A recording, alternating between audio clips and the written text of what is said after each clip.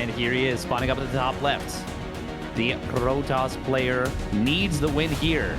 It is DnS.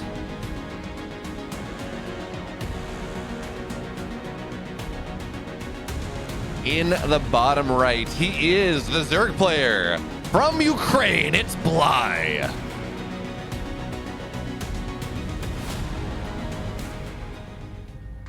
Now, Bly has not yet won a series.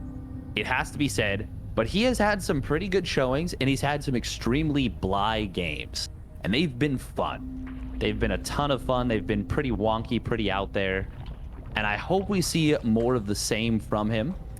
So far, starting things off with a very standard hatch gas pool.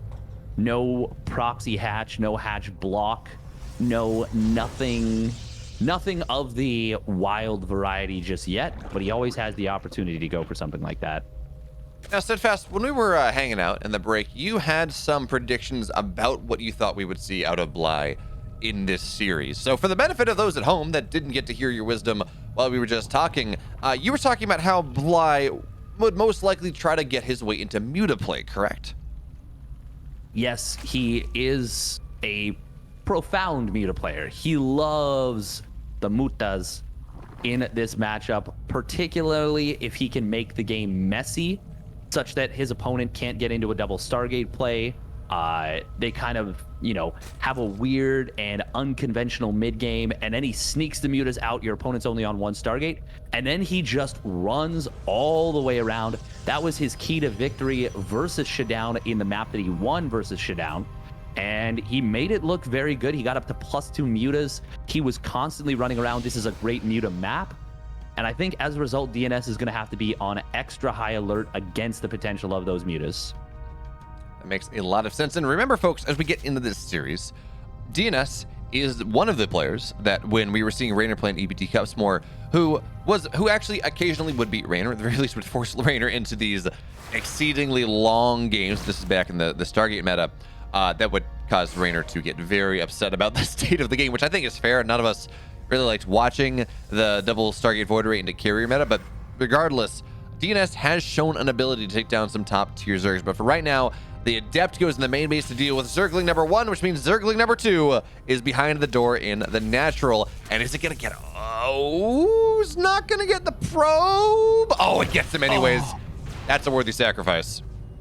Yeah, nice job right there. And Bly's Ling sneaks away in the main base. I think DnS lost track of this. Bly's just going to go right back in. He's going to say, yeah, I got Ling speed in a moment. Oh, the probe. Oh, forces a big pull right there. Very annoying. And he's... Oh, my goodness. He's actually being such a nuisance with those Lings. Forces a lot of lost mining time with just one leftover Ling. Steadfast. Importantly, are they still... 2 drones. Oh, this is such a problem. Look at the rightmost mineral patch here. 2 probes they're just rallied on the probe that was pulled. Oh, no, that's a lot of lost mining time over the course of a long period of time. Hopefully DnS fixes that. We go. That's such a Bly thing to do, is to just force that mistake. We do have just the 1 gateway here, so he's not going to be able to warp in a unit or 2 units to deal with this. He does use the Oracle, and good job recognizing that he actually was going to be able to deal with those Lings. Oh, but now we've got a Nidus Worm coming on down, as well as a Dropper Lord. He's going to drop Lings into the main base. Bly has come with a build ready to go, and this is going to be nasty. Yeah, this is almost like a Starkiller type thing, where with the Dropper Lord and the Nidus behind. So Bly will have guaranteed vision in the main base. I don't know that DnS is going to be able to kill off the Lings in time as they drop out.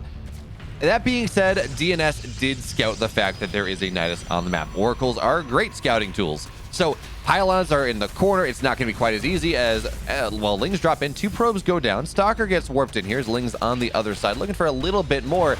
And the Nidus gets dropped anyways. What are you going to do here, DnS? Are you going to deal with the Lings in your base? Are you going to deal with the Nidus on the way? And actually, as he pulls probes, no, he's not going to be able to stop this from going up. I don't think.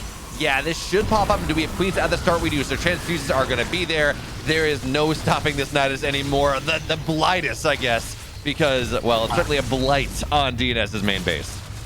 It certainly is. We do have 4 gates on the field for DnS, but they are all in the back, and they are all powered by 1 precarious Artosis pylon. There is a Void Ray that pops out. Only 4 Queens, but this still does have creep pushing forward. Bly, if he can get that pylon on the top side and deny Blink, kill off those depower those gateways, that's pretty much lights out. That should be his objective with these lings. Killing probes is great, but the big win condition is shutting down those gateways. And he just keeps fighting the army. I don't really know quite why he's doing that. And the chrono should be a big tell. And there we go. Link's now getting on top of this, rotating over. But I wonder whether he's lost too many roaches to this already. He doesn't really feel like he can move the roaches back towards that pylon. And yeah, the roach count is not all that high. Another Stalker warps in. Stalker's dead, but the pylon's still alive. Stalker Warpins did a great job there. Shield or Void Ray overcharge now down, but it's starting to... God, kill it! 56 HP, and it has gotten so many warpins that it had no business getting. Blink will complete. DnS is still in a tough spot. He's not on the greatest worker count, but Bly is still committing to this. And now we see, oh my god, why did he just blink forward?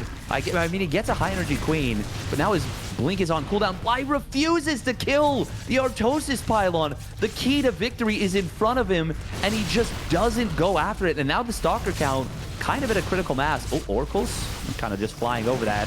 Nidus Worm, please pop these units out and like start killing probes. No, back into the main base they go. Bly still seems to think that that's where he wants to be, but really, you're right. The play right now is to just jump high ground, jump low ground, abuse that position, force Stalkers to blink and blink aggressively to respond to things instead of blinking one by one to make sure something happens. And finally, that pylon goes down. But Steadfast, I worry it's just a little bit too little too late. I mean, not necessarily, because it is now just one gateway for the Protoss force, and I mean, DNS's economy is still not great. He's on 40 probes now, but like, it's not like he can pop down a bunch of additional gateways and just be fine. He needs to re-secure that position. He has repowered to the gateways, so that actually is going to be a big deal. Now roaches finally do pop out of the second Nidus Worm. Another battery overcharge is going to get popped. Bly does, oh, hello, blink forward into the Queens and Ravagers, putting that blink on cooldown. Once again, not necessarily the best move out of DNS. This is a weird situation for both. Ooh, Stasis Ward only gets one queen. I'm not sure why. I mean, that is a ballsy probe transfer right there. They run back away. They just want to make sure they get a little bit more money from the main base, I guess. But now Bly, okay, he has all the supply, but it's not really in the main base just yet. More Stalkers warp in. DNS back on 4 gates. Once again, he's fully mining off that one as the Stalkers fling forward here. The Queens are starting to run out of energy, actually targeting the Nidus down, so there will be no reinforcements into the main base for at least a brief period of time as this other Nidus arrives. That Queen was stuck in stasis, and now it's dead. No reinforcements, not really. But DNS, again, cannot really find his way in the main base. The decision to keep moving probes into the main base of DNS is just such a questionable one for me, Steadfast. Yeah, when he hasn't actually fully secured it, like he's lost 24 probes in the last little bit. 15 of them were during that first transfer, and the other 9 were during the second transfer. Like, I understand he needs to find a way to mine, and there is another roach here. Oh, it looks like Bly having a little bit of a hotkey issue, maybe hotkeying everything. Oh, Bly tunnel visioning down the pylon, or rather trying to. DNS is now up to 13 blink Stalkers. Even with the creep advantage and the roach speed, DNS should be able to trade very efficiently. He will be able to do so. That's now the 3rd battery overcharge that has been popped from that pylon. Bly could have droned up so long ago, but that's just not how he does things. Now, Bly, once he's all in, he doesn't really stop going all in. He just takes the game out as long as it needs to go. But this concave of the Stalkers is starting to get a lot nicer. Blink Stalkers are powerful units against really what are scant numbers of roaches, but the Stalkers starting to get a little bit lower. We'd push them back. And Steadfast, you ever seen Dr. Dolittle? Yes. In that, there's a llama that has 2 heads. One facing forward, one facing backwards. It's called the push me, pull you. And that is the fight in this game. Bly pushes forward, Bly pushes back, DNS pushes forward, DNS pushes back. It really is that push me, pull you, but it feels like DNS, it's funny, every time I see this fight, it seems like it's going well, then I look at the supply and it tells a very different story. So DNS has pushed me'd, now he's getting pull you'd once again. The Stalker count starting to get very low. DNS only on 20. Why are there probes in the main base still? He's got no probes at this point. He's lost 56 probes in this game. And Bly, he could have probably done it about 4 to 5 minutes ago, but he is doing it nonetheless. Down, he can't hold anymore. He has hit the critical mass of losses, And I think that, well, actually, hang on. These roaches are very low on HP, but he doesn't have a critical mass of stalkers is the big deal. And yeah, it is double the supply now. He's finally starting to rebuild probes once again, but he's basically just been mining off one base. Oh, and now Bly slips a roach into the natural. DnS is not able to deal with this. And Bly wins about the most Bly game we've ever seen. I'm so tilted by these probes. Like, they're not getting value. They do not make up for themselves. They just 61 probes. God. And Bly has just never built a drone. Oh my goodness. I mean, it would almost be more worth it, Steadfast, to just put the probes in the third base. Because that's not where Bly is focusing. Yeah, you put that's easier to defend. He does have a couple there now. Like, yes, sure, 1 or 2 roaches will show up, but you can blink a couple stalks on the low ground and actually kind of deal with that. And the main base is just very much a problem. Once these Ravagers pop, he should just corrosive bile down that pylon and knock his opponent down to 1 gateway once again. I mean, he's just going to push into the natural. Actually, he can just corrosive bile down this pylon. Depower, well, he depowers one of the gateways. Doesn't depower the battery, so battery overcharge will be available in another 10 seconds again. Bly, it really seems like he's fighting himself to win this game. There we go. Now there's no production for the Protoss player. And DnS, he has been experiencing the longest death animation that a Protoss player can experience. Okay, that was pretty sick though. Popping the Queens. Queens dealing with the Oracle on the high ground, go back into the Nidus, preempt the Oracle from going onto the low ground, pops out again, kills the Oracle. Just a little bit of a shimmy. An extra special dance move at the end of what was a rather dominant but extremely prolonged game number 1. Yeah, very, very long right there. Yeah, like it's not always easy to make the right call, you know, when you're in the heat of the moment. But when you see 1 pylon powering 3 gateways and a chrono boosted Twilight, and your opponent has 4, 8, 12 stalkers on the field, the solution is, it's pretty easy to see it right in front of you. I don't want to be too critical because he did end up winning the game, but he did his best to avoid winning it for a while there. See, here's the thing, Steadfast. Bly understands that StarCraft esports at the end of the day is about the viewers. It's about people watching. So he wants to give the viewers the most interesting, the most exciting, the most confusing, flabbergasting, marvelous game that he possibly can. Because that is what, as we all know, controversy drives engagement. Not killing the pylon, that's engagement right there. So Bly doing a great job. Thank you from those of us running the broadcast. We really do appreciate it. Yeah. No more to say about that one. Yep. That one was just for the fans. He just wanted to put on more StarCraft on the B stream. Good guy, Bly. Yeah, there we go. Although, I mean, that would be more too if he was up 1-0 in game 2 and through a game would be more. Well, I don't know. I guess technically it was more StarCraft regardless. Steadfast, Data C will be mapped to. Do we see Nidus again?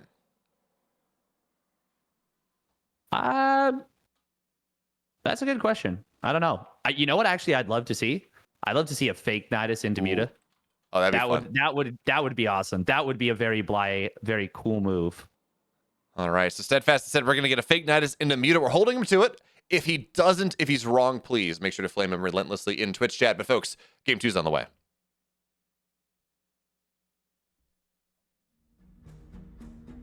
All right, and here we go. Spawning up at the top right. It is the mastermind himself, Bly.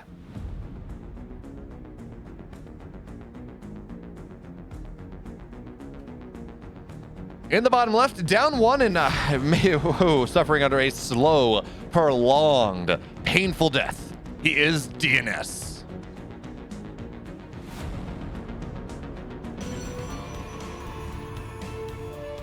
And I would have expected he was the favorite coming into this one. Ooh, this is another thing I love out of Bly. After he wins a messy, grueling, very, let's be honest, tilting game for his opponent, he drops the proxy hatch in his opponent's natural. It is a hatch first. The response to a hatch first at your natural versus a, third hatch of the natural is pretty different. He decides to go for the double gateway, not going to pull probes. But now there's a risk of this actually getting up here. Meanwhile, Bly, third hatch before he starts up that pool, going to take it at his third base. And even going to follow it up with a gas. So this is going to make things a little bit uncomfortable for DnS. He really doesn't want to let a creep tumor get up. We're getting a little bit ahead of ourselves, but that's going to be probably Bly's objective. Oh yeah, man, it's so hard to deal with, especially if you are a Protoss player. When we talk about proxy hatches, once the creep tumor goes up, it does not go down for a long time. You need a Stargate up, you need a Robo up, yeah, you need a unit out of that. It's pain and suffering all over the face of DnS. And with only one Zealot here, and the probe's not getting pulled, the hatch will at least get up. I don't know that the Queen is going to be, well, actually, I think the Queen, with only one Zealot here, I think the Queen gets out. Maybe the second Zealot is enough to knock it down. I'm actually not totally sure, but regardless, yeah, if the creep tumor goes up, it's going to be a tremendous problem. But the spawning pool's not done, so this hatch is going to go up and it's going to go down. Yeah, no, if the spawning pool had popped right at the 2-minute mark, so let's say he goes for the hatch gas pool and then he takes his third base, which is, actually his second base, then he would have been able to get something done here. Ooh, Bly wants this round on these Zealots. Will be able to get it at least a little bit, and he gets some decent damage done. Pops 4 Lings out into... Oh, wait, 2 Lings out into the main base? Where are the other 2? Oh, he actually just runs them back home. I mean, that's the right call. It's just so funny to be like, you know what? I actually have a meeting somewhere else. Thank you for your time, but I have to go. Yeah, there's the other 2 Lings. I knew he had 6 Lings. I was like, where were they? Oh my goodness. He actually runs back in with another Ling. Gonna split. Okay. I'm Team Chaos right now. This is glorious insanity. Yeah. It is so Bly. And now big Ling pump coming on in. It looks like the probes did take care of that other Ling, but there is a third one. The Adepts are coming on out. Or rather, the Zealots and the Adept are showing on up. Is there going to be enough Lings for Bly to deal with this? Bly is on 24 drones, which is a pretty decent count considering how much he's committed on the other side of the map. DnS is going to have to be a little bit careful with these units. He doesn't want to lose everything, but he's actually, never mind. Oh, Bly, hello? Hello? Uh-oh. Doesn't want to lose all those Lings. Yeah, he does need those. You talk about that Ling swell. He does need these Lings. When we're talking about, what are we at? 4 Adepts, 2 Zealots on the other side of the map. Or I guess 3 Adepts, as 1 is back in the wall. You do need a significant Ling count to be able to deal with that. When Lings on the other side get just about nothing done here. And this army, this paltry army of 3 Adepts and 2 Zealots is actually really scary for Bly right now, especially as they wedge their way behind the mineral line. The Lings don't get surface area on this, not easily at all. Adepts will now cancel their shades because they're very, very happy with the position that they are in. Eventually, Queens may be able to deal with this. And actually, that's a pretty good surround for Bly, all things considered, but he needs to put more Lings on the solitary Adept, and he will be able to do so. So 4 drones go down. No target fire from DnS. He probably could have gotten 6 or 7. So decent from DnS, but really not what he wants. That being said, the Oracle dive into the main base represents a lot more threat. 8 total drones fall. Steadfast, does that bring DnS back into this game? Well, I would say it puts him into a solid lead, actually. I would say that more than puts him back into this game. The Queens, how many injects do we have? We've got 1 in the main, 1 in the third, none in an actual just yet because he obviously was focused a little bit more on the defense. He does have 5 Queens, but DnS has that great probe count.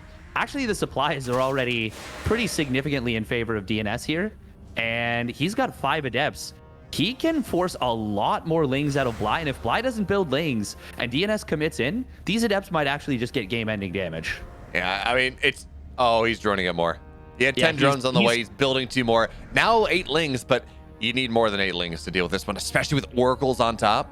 Yeah. This is a problem. Bly is not prepared for this. No, he is not. There are 3 Queens at the third. That will zone out the Oracles from covering against Lings here. And it looks like DnS is going to kind of allow Bly's bluff to work out because he doesn't commit in here. Now we will see the Lings trying to jump on top of this, but the Oracles are going to come back for coverage. And at the very least, DnS has forced out a ton of Lings from his opponent. That being said, though, go ahead. Well, no, it's just a good situation still. Yeah.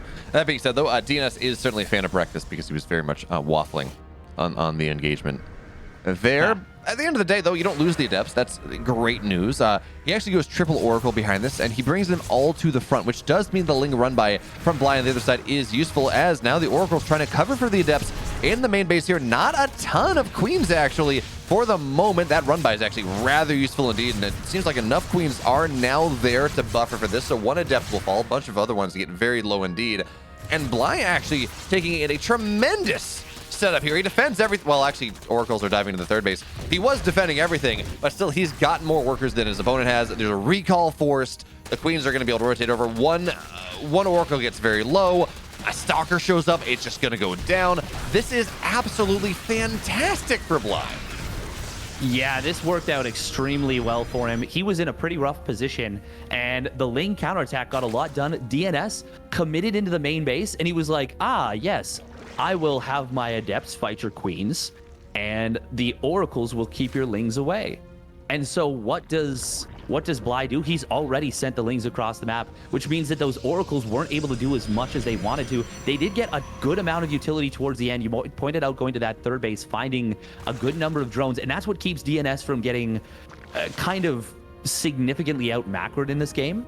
But still a great move from Bly, and he kind of read that situation very fortunately, and it worked out very well for him. Now we've got something super interesting. Bly is getting Burrow and a lot of roaches and roach speed. He's going to be going quite aggressively. Now, the thing is, there are still a lot of Oracles and a lot of Oracle energy, but if you can get Lings, roaches into multiple bases, it can be a real nasty thing to deal with. And you know what I'd love to see out of Bly, actually? Another Dropper Lord on the top side, drop roaches or Lings into the main base, and just make it so that there's more areas where your opponent has to use Revelation. Oh my God. We can talk all we want about what Bly can do with his Burrow when it is ready, but that is a solid half of his army that is just not able to fight for the next 30, 45 seconds, as it is a very heavily stasis. So this pressure from Bly, with all those roaches, all those Lings knocked down, it is going to be rather effective, except DnS doesn't think he can make it happen. He doesn't want to move too far on the creep, so he does back up. And that pressure potential, because I think DnS had a lot of power in that position. He's not going to take advantage of it. It did not have the reinforcements to properly make that happen. And it would not be a Bly game, Steadfast, if we didn't have a Nidus. Yes, it's at 9 minutes. It's not at 4. But Bly, he should be able to get a decent amount here. And I think this is going to be Swarm Host Nidus, actually. He's coming in with another Ling counterattack. The Oracles are on the other side of the map, which means the Lings on DnS 4th will be quite a nuisance to deal with. He can just swing over to that third base, but a nicely placed Sentry and Shield Battery should be able to deal with this. He'll still force the Oracles back home. Nice job targeting down probes on the transfer, gets 5 of those, and kind of takes the pressure off of himself a little bit, because now those Oracles had to be sent home. Good job. Good job from Bly. Once again, kind of a master tactician. A master of disaster, if you will. Now, master of chaos, yeah. Now, Steadfast, the biggest point about that Ling run by, you mentioned it with the Oracles coming home, it buys Bly time to get his Swarm Hosts out. Swarm Hosts are fantastic if they can do things, if they can exist on DNS's side of the map. If they have to play defensively, or if DNS is able to be aggressive before the Swarm Hosts start pinning DNS back, then it's a problem. Then Bly really struggles to find the value that he wants. But so long as we're in this situation now, where the Swarm Hosts will pop out of that Nidus, but Stalker's playing on top of all these roaches. They have overstepped themselves. They cannot burrow. They cannot run away. Not with the Revelation on top of them. So the Swarm Host represents a ton of value, a ton of pressure on the other side of the map. But Steadfast, it also means that's about 21 army supply that is not in this fight. DNS is a whole hell of a lot more. And the Swarm Host to go into the third, where there is no tech, where there is nothing of true value. 5 probes are all that they're really going to get. And that is not enough to justify their existence just yet. Not yet, but they are gonna be creating more and more chaos. Okay, Bly, he does need to get these Swarm Hosts back into the Nidus Worm. Get them into the Nidus Worm. Bly. He loses like 4 of them just sitting there. Rather, 3 of them but he didn't need to lose any. However, he is popping out of the natural. This is a little bit what I was talking about, but I wanted to see roaches popping out in that main base and Burrow tunneling claw some of them. We are seeing the oracles adding on DPS. This is so far a good fight for DNS. He is actually going to be able to deal with this quite well. Nice Burrow. This is what I was looking for. I don't know if I want him to Burrow everything, but he is doing what I was talking about, creating a lot of chaos. Nice cannon in the main base, and Bly actually will get dealt with here. The Nidus Worm on the right side is going to find a good amount of value. So too will these Unburrow Roaches, but a good defensive setup around his bases is helping DNS out a lot, but the fourth base does fall. Yeah, I think I said that the Storm Hosts were worth just about nothing. They're worth something. They did get a lot of damage on that fourth base. They didn't kill it, but they did get the damage that allowed for the Roaches of Bly to eventually kill what DNS has. And another, it's only 4 Swarm Hosts though, Steadfast. It represents some worker pressure, but really not a lot. And they burrow instead of going back at the Nidus, so Stalker's playing on top and kill them all off. Massive mistake there from Bly. Yeah, he's really... He's almost trying to get too fancy with this, and it's creating a lot of problems for him. And now we see a Charge Lot Oracle counterattack coming on in here. Will be able to force the Queens to burrow. Good job from Bly to burrow those and to keep them from actually getting picked off. But this is really disrupting his aggression. Ling's going to try and get into the natural expansion, but a nice warping from DNS will block them there. There is an observer on top of these burrow move tunneling claw roaches, and it feels like DNS has done all he's needed to do to defend, and this counterattack is really starting to get a lot done with a little. Yes, Steadfast, there are only 2 Queens on the map, and they have to hide underground because that is very scary for them. So these Oracles, absolutely unfettered access to the main base, the natural, to really wherever they want to go in Bly's domain. And finally, more Queens will pop, and that seems like it'll be enough to force them back. But DNS incredibly effective on his run-bys, Bly not finding value, and this composition that Bly has, it doesn't go high in workers. As Stalker's looking forward, this is going to be another dead base. It doesn't go super high in workers because Swarm Hosts and Roaches and Ravagers are so supply expensive. Despite that, Bly is down about 6,000 resources in this army, in one of the rare Zerg army compositions that is supposed to be cost effective. So really that says about everything. 8 probes die, but that really will be the extent of it. Tons of +2 Blink Stalkers here finding all the Roaches. They cannot fight this, even with Transfuses and Steadfast. I think we're going to game 3. Yeah, I think we're well past the tipping point at this point. Bly is... I mean, the Observer does go down, but these units are revelated anyways, and even if they weren't, Bly is, like you said, down in upgrades. +3 is going to complete for DNS before the +2 missile of Bly. This is just a great defense from DNS. The game plan from Bly was outstanding, but he didn't nail the execution. And with something like this, it's very important that you out-execute your opponent, and DNS just out-defended him, out-executed, and he got the job done, and now he is, like you said, he's going to force this game number 3. Yeah. So, Steadfast, now we're starting to think about game number 3. And again, I agree with you. The ideas from Bly were very interesting. Again, the execution not quite where it needs to be. What do we want to see? Oh, big Biles. Not enough to change things, but still big Biles. What do we want to see out of Bly, out of DNS as we move into game 3? What from Bly has really stuck out to you as something that, okay, well, maybe if he does this a little better, that is how his shot is at this series? I think recognizing where his madness is effective and where it can work and where it can't. Because in this game number 2, he had a lot of opportunities to get a lot done, and unfortunately he wasn't able to hit the right pressure points at the right time. There was that big Roach move out into the middle of the map where he kind of just did it blindly, knowing that his opponent's army was on the map. And he did it just before he was about to hit with the Swarm Host, like 30 seconds before. And if instead he did what he did a little bit later with that huge army supply, where, you pop out with the Locusts, and then with 20 more Roaches, then you jump on the Blink Stalkers that are in the middle of the map, then you can find some really cost-efficient engagements, because, of course, the Blink Stalkers need to be blinking in order to get what they're looking for done. Also, there was a couple of times where he could have popped, burrow move Roaches into the main base, but instead he popped out the empty Swarm Host. It just came down to execution and cleaning that up. It's a lot to clean up, but there was a few crucial moments where if he made some slightly different decisions, he might just snowball the game from that position already. Yeah, I'll buy that one. And I think maybe if even just the storm host, they went to the main base instead of the third, I think it was more important to do tech damage than economic damage as the game was going on. As you pointed out, or you showed us on the screen, the +2 was probably pretty snipeable, or at least the pylon was, and then that means your roaches are more effective against the stalkers. All those things are probably, again, a bunch of small things that Bly can do.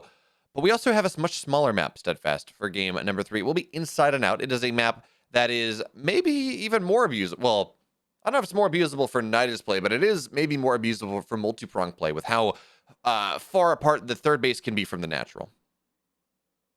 Yeah, it's definitely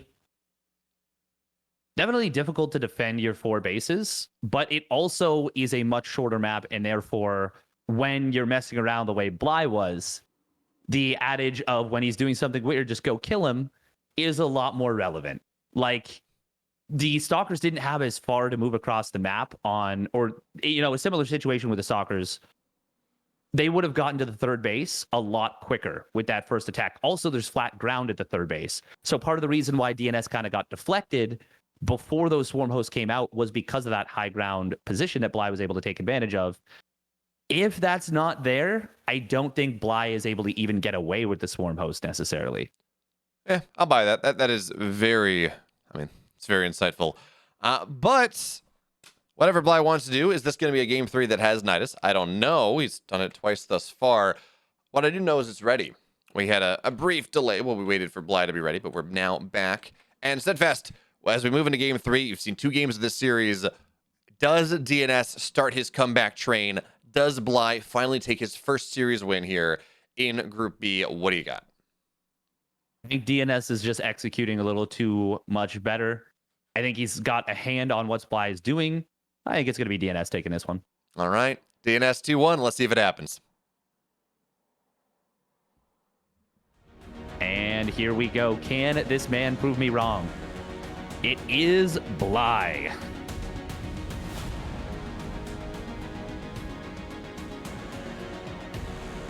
And at the bottom left, his opponent in the red. As Steadfast says, just out executing Bly in that game 2. Can you do it again? It's DNS.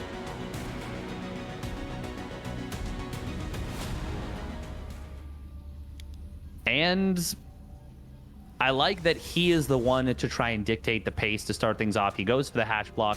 It's very standard. Not hatch blocking and hatch blocking are quite reasonable ways to play. But I do like that he's like, okay, you know what? I've played to the tune of your drum for a lot of this series. I'm going to make you play to the tune of mine, at least for a little bit. I'll get that early scout, and I'll figure out if something is funky. Confirms that there's a third base, because with Bly, it could have been just him sending a drone across the map and building a hatchery on your side of the map. So just, I like the way DNS is approaching this so far. Yeah, it makes sense in general. If you are one of these players, if you're playing against someone who goes, or who is very willing to just create chaos, well, it makes a lot of sense that you should just be extra on top of your scouting. And as you say, that is one of the benefits of going for the hash block. It slows down the Zerg, sure, but it means you have a probe across the map pretty quickly. You will see if they're taking where they're taking that first hatchery. But yeah, we don't have it. So for now, the opening from Bly and DNS is pretty standard, but Steadfast, as we've talked about, just because it opens in an expected way does not mean it continues in an expected way. No, certainly not. There is always an opportunity for weirdness. There's an opportunity to mix things up. And speaking of mixing things up, DNS not going to go for the safer Stargate opener, even though he wasn't actually able to fully confirm that his opponent stopped gas mining. He goes for the Twilight Council. Now, the Adept is going to be quick out, and I think we're going to see a DNS able to get all the relevant scouting information. But the reason that I bring that up is even though he saw the drones transferring away from the main base, the 2 drones that would have been pulled off gas, Bly historically has done that before. He would leave 3 drones on gas and then pull 2 drones off the mineral line to make it look like, he stopped gas mining. He's done this historically, I should say. I mean, this has just been the day of Lings getting into naturals. Now, of course, when the wall's not full, it's kind of expected. We just don't always see Zerg players go for it. But it's a little bit of extra pressure, and as the Zergling runs around fruitlessly trying to find something. I was going to talk about how Steadfast, are you surprised that this is a Twilight? It's Inside and Out. It is the Glaives map, if there is one. Waterfall's the other. But there's a Dark Shrine going down. And that is a very quick layer coming in from Bly. It is a pretty fast layer. Oof. So this makes me wonder about a couple things. First of all, is it going to be another Nidus play? And second of all, will DnS be able to... will he be able to kind of figure this out? Oh, and also, I mean, will Bly even actually go... Okay, never mind. He's on 28 drones. He's going aggressive with this. Does he have a second gas? No, he doesn't. Is this just going to be fast ling drop? That is very much a Starkiller build, but the Roche Warren tells me something else. 7 more drones are on the way, though. Huh. Yeah, he's only on one gas. Yep, this is just going to be defensive, yeah. I didn't even know that. No, I think that might be for... I think you're right. I think that might just be for quick ling drops. And honestly, in... What was it, in game 1 where he went for the ling drop? He ended up winning the game with the Nidus, but it did kind of feel like the most effective component of that pressure for quite a while was that ling drop. So... Here's the thing. DnS played that game as the whole great adept. Actually, no, the adepts aren't where they need to be because the lings are just going to pop right up, take no damage. And now the adepts are on the wrong side of the map. DT is warping on the other side, but already there are overseers on the map. Defensive DT should be enough to keep DnS safe. But I'm wondering how much of this game plan from Bly is just to try to play into the PTSD of the insanity of the game 1 build. That is a really good question. He's already getting a good number of probes right here. The adepts are not dealing with this. This is actually getting a ton of damage done. The DTs are cleaning this up, but he gets 8 probes already. That is incredible damage. Meanwhile, other side of the map, I think Bly maybe lost 1 drone. This is now a phenomenal position for Bly. And look at this. He uses the creep from the Dropper Lord to slow down this third base. Bly, chef's kiss, love it. I love the way he approaches his game. It's so fun. Okay, so the Lings almost got on top of those Adepts as they were morphing, and then, yes, Lings are pretty bad against Archons, and Steadfast, you talked about this before the series started, but there's your Spire. Archons are pretty great against Lings, of course, but if they're morphing, they don't do anything. So that was almost a fantastic catch for Bly. It didn't actually end up working out. And there we go. DT finds his way into the third base. And he's not going to have to pull... I don't think you pull drones here. I think you just pull them away and let the queens rotate over. Yeah, that's a lot of losses right there. Now, I don't think he actually had it. Yeah, he only has 2 lings and 4 roaches. More damage coming in the natural expansion. And once again, DnS's execution is a little bit cleaner than Bly's. I will say his defense against the first lings was quite poor. He did not have those adepts in the mineral line. He probably could have just parked them in the mineral line and it would have been fine. But this is a problem for Bly that he's already taken this much damage. The Spire, though, has gone unscouted. And if the Archons, if they get caught and those mutas, if he jumps on them with 6, 7, 8 mutas on top of the War Prism, there's roaches underneath and he can't unload the Archons. This could get very messy for DnS. It really can. So 5 mutas are on the way. That's really the only gas that Bly has been able to save in this game thus far. As this Overseer doesn't want to be driving here. It's actually just going to get popped. But now Archon's in the main base. Another Overlord will go down. Bly, he's not going to get supply. He's spending so much. I don't think you save that. It doesn't matter how good your transfuses are. The Archons, they're just choosing to kill queens. And there we go. Recall immediately. They got a glimpse of the muta, but that meant that one Archon did die. So behind this, Bly using these mutas as an opportunity to go and buy some space because he's got 13 drones on the way. He's not piling into those mutas even harder. He's not building something else. He just wants his economy again. Yeah, and it's worth noting there is no blink. 5 mutas does one-shot a probe. Unless there's actually Guardian Shield, that actually messes the math up a little bit, so that's kind of neat. Also, the shield battery, if it heals, gets another 3 probes. Bly doing some great work here with these mutas already. And you mentioned, oh, okay, now this is not ideal. This is not what he wanted to do. How many roaches? He saw 7 roaches. What? Why was he even on the map with these? I guess he was trying to create chaos and hope that his opponent didn't defend correctly. But I feel like while he was droning, now DnS has the opportunity to just potentially move across the map Bly's in a little bit of danger right now. Steadfast, the one thing we didn't talk about is DnS has not really been building probes all that much. Yeah, he's lost some, but he got that third base, wasn't really ever mining out of it too much, and that is 4 Immortals and an Archon. The Bile's a little bit slow, and they get a couple there right now, but this army from DnS is just not something that Bly can fight. He's with an entire army supply of Bly's army, and that is with the Mutas on the other side. They're going to try to fly back in, looking for the Warp Prism, but DnS is doing a great job of zoning that out for the moment. But DnS also struggling a little bit to find his position. The Archon now falls. Bly's army continues to grow, and DnS doesn't feel like he can warp in until right now. This is getting a little bit complex, Steadfast. It is very complex right now. The Corrosive Biles did actually kill one of the sentries, almost killed another, led to its death kind of. But now we do have, oh, can he drop Force Fields on the ramp? Actually, he's just not even going to bother. He might just wait until the army of Bly tries to come up. There it is. Does drop a couple of Force Fields, traps a couple of these units. Corrosive Biles not in range of the War Prism. And the fact that more and more Zealots are coming on in here is a problem for Bly. It is 4 Immortals. This army is mighty. And the base goes down. DnS, honestly, I think he should have maybe sprinted into the main base, but the Zealots are doing everything he needs to. He's still holding his natural. Needs to dodge the Corrosive Biles, just barely getting out of the way here. And the changes of Bly actually blocking his own units a little bit. But I think DnS has done it here. Oh man, this Firebase of Immortals on that ramp makes it so hard for the Roaches to arrive. Now that's going to be a good Bile's going to get a Sentry, get damage on a Dark Templar. But as the Immortals, they don't die. The Roaches cannot engage into that. The Concave is too damn strong. In Heart of the Swarm, we had the drop of Sentries in the main, and then that was a kill move because there was no way to knock them down. In this case, the Immortals are those force fields. You can just not go up on the high ground. So the natural is dead. The main base will soon to be dead. Bly with the single G, and DnS takes the series 2-1.